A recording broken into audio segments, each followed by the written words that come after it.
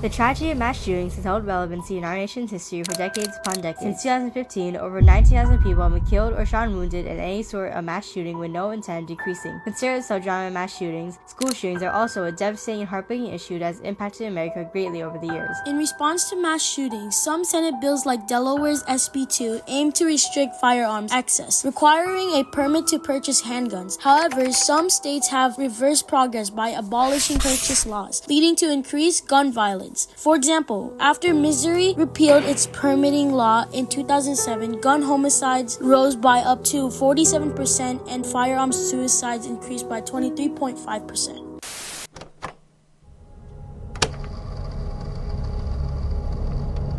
In 2022, over 48,000 people died from gun violence, highlighting the urgent need for change. School shootings, such as the 1999 Columbine tragedy, have brought urgency to the issue of gun violence in our nation. This can be seen on worldpopulationreview.com, where the U.S. experienced over 288 school shootings in 9 years, compared to 1 per country in 9 other nations. A victim of the Robb Elementary incident in Uvalde, Texas, showed her gut-wrenching plan that kept her alive. When I went to the back, he shot my friend that was next to me, and I thought he was going to come back to the room, so I grabbed the blood and I put it all over me. What did you do then when you put the blood on yourself? Just stay quiet, and then I grabbed my teacher's phone and called 911. This brings us to our next point, which is the immediate action we should take to keep our kids and their environment safe.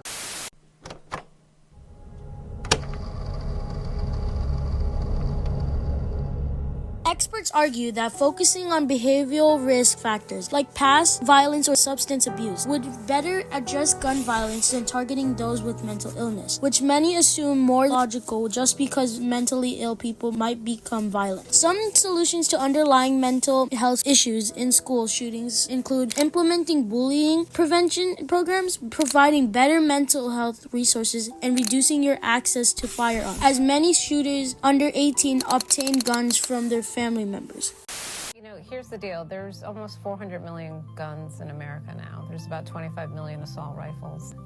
Those guns need to be locked up. 76% of all school shootings, the school shooter uses a gun that's unsecured from home or a relative's home. I could rattle off, 10 school shootings that could have been absolutely prevented if that gun owner had just stepped up and stored their weapon.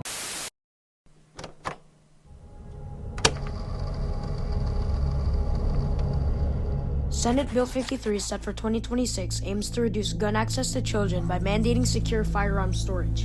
However, opponents argue the bill is too strict. Gun violence costs the U.S. over $557 billion annually in medical expenses, loss of income, and criminal justice costs, with non-fatal injuries leading to increased healthcare costs. The financial and human toll of gun violence continues to burden the nation. Despite opposition, many believe stricter gun laws are essential to reducing violence and protecting communities.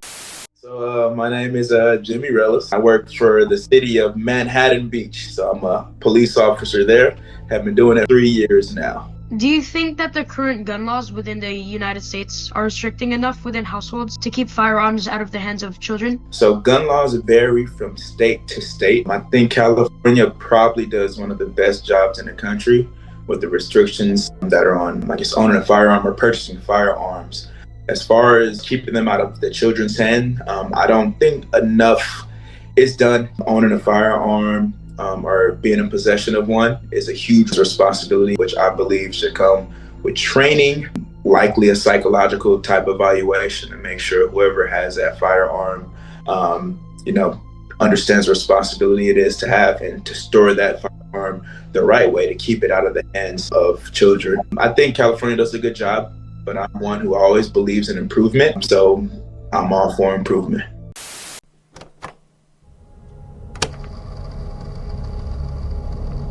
As we have stated, hundreds, most likely thousands of people in the United States are against the idea of establishing stricter gun laws. They may find keeping guns out of the hands of mentally ill more important than keeping them out of the hands of teenagers and elementary school children. Or they might find soon to be passed laws like SB 53 too extreme or severe.